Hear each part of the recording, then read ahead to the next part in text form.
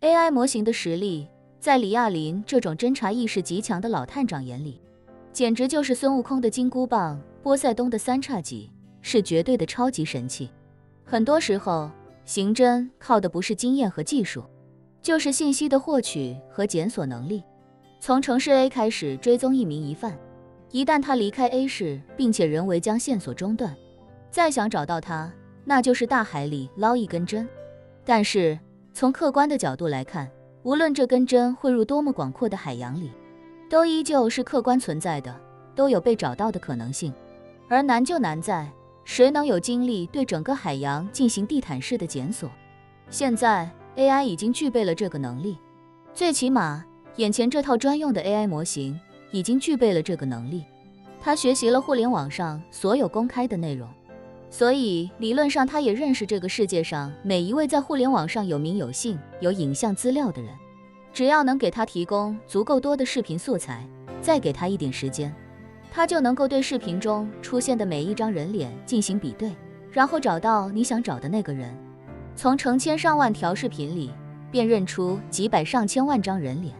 再从这几百上千万张人脸中找出特定的那个人来。如果是依靠人工辨认，可能至少需要几百人连续工作几天甚至几十天，但是对 AI 来说，可能只需要几十分钟甚至几分钟。李亚林越想越激动，他把叶晨拉到无人处，低声道：叶先生，如果能想办法黑掉全世界主要机场的监控系统，把破清会某个人的人脸交给 AI 学习，以后这个人只要乘坐飞机出行，我们就能第一时间洞悉他的一切行踪。叶晨问他，黑掉机场监控可行吗？李亚林想了想，道：这取决于该国家或者该机场的信息防护能力。第三世界小国家的机场监控应该很容易黑进去，发达国家，尤其是互联网产业发达的国家，应该没那么容易。说着，李亚林又道：但我觉得也不是不能实现的。叶晨问他，李探长有没有什么好办法？李亚林道：俄国的黑客一向很强，我们可以试着找他们黑掉各地监控，如果黑不掉，我们还可以自己采集。自己采集？叶晨问他，你的意思是，我们自己去机场架设监控设备，或者安排人去机场拍摄？李亚林摇摇头，压低声音说道，利用 UGC 大数据。叶晨一头雾水， UGC 是什么意思？李亚林解释道，就是用户生成的内容，比如您的短视频平台，几亿用户会在上面发布自己拍摄的内容，甚至在平台上搞直播，他们产生的这些数据就是 UGC。 您想想，全世界任何一个人流量稍微大一些的机场、火车站，都会有人在这里拍摄照片和视频，他们会把这些照片和短视频上传到社交平台，这些数据就全部成了公开数据。每座大型机场，同一时间段在机场的人就有几千上万人，这些人会用手机相互交叉拍摄，然后上传到社交平台。只要我们想找的人出现在机场，大概率躲不过机场其他乘客的摄像头。叶晨点点头，赞同地说道，李探长说的很有道理，但总是感觉这个渠道的网眼还是有点大。或许机场里80%到90%的人都会被其他人拍下来，但这其中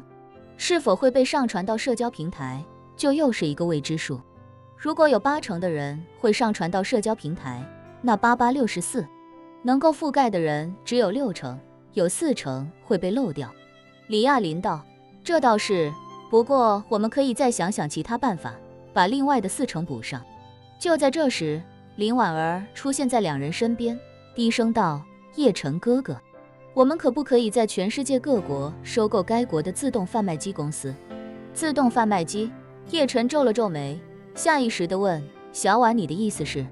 林婉儿道，全世界每一座机场都有自动贩卖机，而且不只是1、2台，大型机场甚至有好几10台，从饮料到零食再到口罩、眼罩和耳塞，几乎应有尽有。如果我是一家经营自动贩卖业务的公司，无论我卖什么，我出于安全考虑，都一定会在我的自动贩卖终端里安装监控设备，用来确保我的贩卖机安全，有任何问题可以及时发现原因。而这些监控设备的数据自然是要实时上传到我自己的服务器内。只要我们掌握足够多的自动贩卖公司，就等于我们在世界各地的机场都拥有了我们自己的监控设备。而且自动贩卖机一般都设在旅客的必经之路上，就等于是我们安插在各机场咽喉位置的哨所。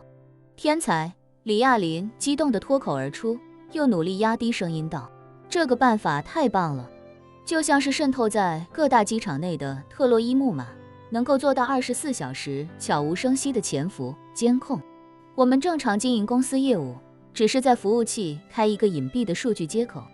让 AI 模型可以实时通过隐蔽的接口抓取服务器内的监控录像，一切尽在掌握。如果自动贩卖机业务开展得好，各大城市的街头巷尾，甚至也有可能被我们铺满。到那个时候，我们就有了一套我们自己的天网，分布在世界各地街头巷尾的天网。”叶晨也不由得对林婉儿竖起大拇指，称赞道：“这个办法太棒了，你是怎么想出来的？”林婉儿笑道：“刚才你们说要黑各大机场的监控录像，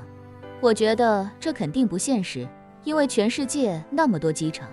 就算每个都能黑进去，一个一个操作也不知道需要多长时间。更何况，所有商用系统的背后都有实力很强的服务商在不断升级优化，不停地查找漏洞、填补漏洞，是他们的重点工作。很可能上个月黑进去的机场，忽然哪天升级之后，漏洞就堵上了。这样一来，我们根本就很难实现全面监控。”说着，林婉儿继续道：“李探长说的 UGC 虽然很有用，但主动权不在我们手里，不可控的因素太多，所以我觉得搭建一套自己的监控系统更可靠一些。但是机场又是安全登记非常高的公共场所，我们自己堂而皇之的装监控，可能性微乎其微，所以干脆就用这种伪装的模式，用最不起眼的办法，把监控放进机场里去。想来想去，自动贩卖机是我能想到最好的解决方案。”叶晨点头道：“这个方案非常可行，而且伪装程度非常高。我活了快30年，无论是我去自动贩卖机买东西，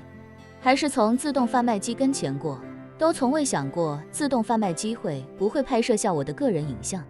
几乎不会有人对这种东西设防，只要我们运作得当，这套天网系统就可以悄无声息地在全世界遍地开花。”李亚林提醒道：“叶先生，想实现这一点，就必须确保我们收购的每一家公司都正常运营，除了核心技术人员之外，其他任何员工都不能接触到这一层信息，要让他们自己都不知道公司给自己这份工作的背后究竟蕴含了什么动机。”叶晨笑道：“放心，我会想办法发动人脉，用大量壳公司在全世界各地搞收购，华夏就交给苏家出面运作，欧洲就让海伦娜帮忙想办法，北美和南美就找费家打点，日韩和亚洲其他地区就让伊藤家族负责，非洲也不难，可以给苏家老爷子一个立功的机会。老爷子正好在马达加斯加当地主呢。至于大洋洲，我一时半会儿想不出熟人，不过倒也不打紧，实在不行就从万隆店派人过去，到时候收购的公司技术人员就由安家提供，所有后台都留一个接口对接到这里。”安凯峰见三人跑到角落里交头接耳半天，好奇凑过来低声问道：“你们在这聊什么呢？这么投入？”叶晨笑着说道：“研究一个非常有想象空间的新业务。”